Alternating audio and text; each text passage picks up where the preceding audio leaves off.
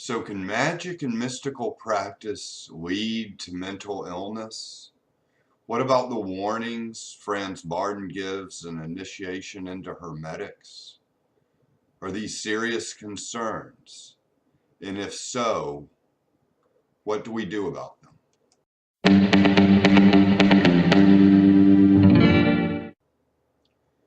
So, I think the people that come across certain texts like Initiation into Hermetics by Franz Bardon, people that enter into a spiritual practice or meditative practice and actually stick to it regularly usually fall into one of two categories.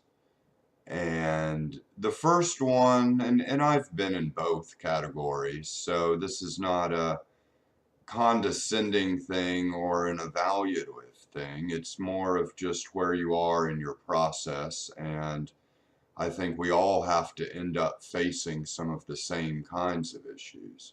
The first kind of person would be someone who probably hasn't quite had a huge, big opening yet, as far as a huge, big rise in consciousness or a huge, big enlightenment experience, so to speak. And then the second type of person, and I think these are a lot of the people that get into Hermetics and start taking Bardon's work seriously and start going on more intensive retreats and really start making it a lifetime vocation to some degree, or people that have had a big opening and have had a hard time integrating that in day-to-day life and have wanted to find tools and methods that were reliable and consistent for daily practice, and that could be a lifetime path to really hone the abilities. Because by and large, I'd like to think most people drawn to any sort of mysticism or magic usually have an innate calling to it, just as their just kind of core personality type, so to speak.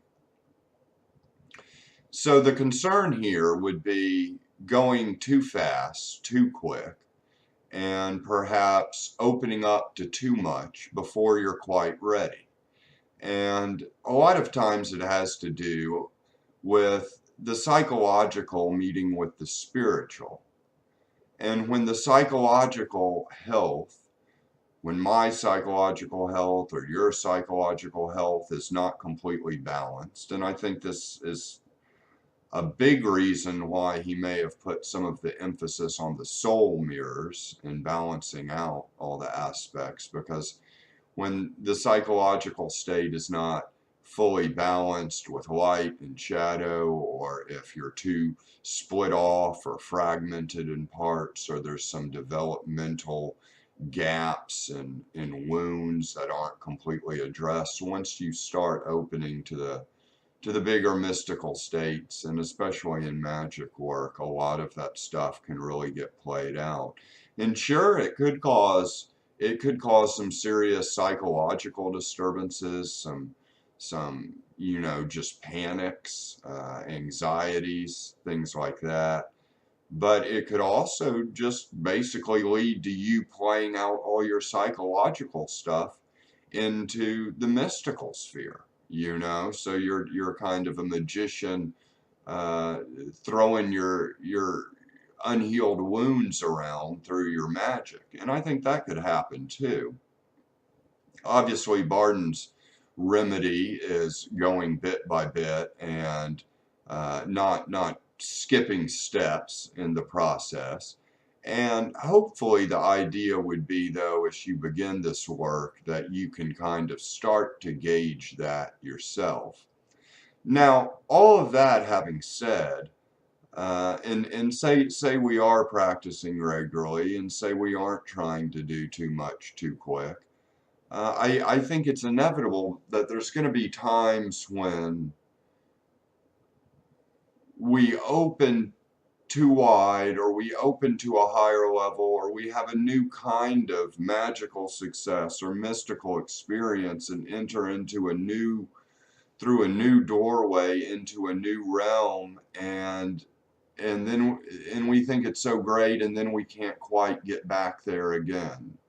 or we open up to that new level and we can't really integrate it day to day. And so, there's a period of kind of being caught in between, as everything in a sense, I think, is going to follow some correlation with death and rebirth, a series of deaths and rebirth, a series of shedding old skin and expanding and growing a new, thicker skin underneath it, a new, stronger skin.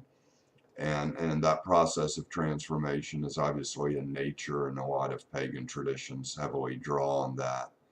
But I think it's very much true that there are stages and there are going to be times, and hopefully you're not, you're not encountering any sort of nightmarish scenarios where you're opening to bad entities and just completely losing it. But I think even if that happens to you, I think you can continue to work that out. And I still think that's a good opportunity. I think sometimes the difference between breakdown and breakthrough is monumental and minuscule.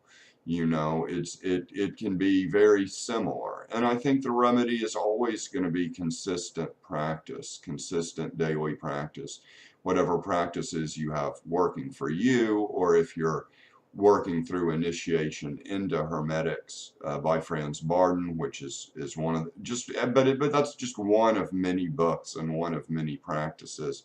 I've been making a lot of videos on that recently, so I'm sticking to that general topic for now. But this really applies, I think, to all sorts of mystical and magical schools, and even contemplative prayer, and even mindfulness practices, that just the consistency and regularity and is going to continue to work itself out. But there's two other things I think are important too. If you do start to open too wide, or you do in the course of your spiritual journey have some things happen that start to maybe scare you, or start to think, maybe I took a wrong turn somewhere, or maybe something's starting to seem different. I'm not really sure what to make of it. I'd say number one, don't panic.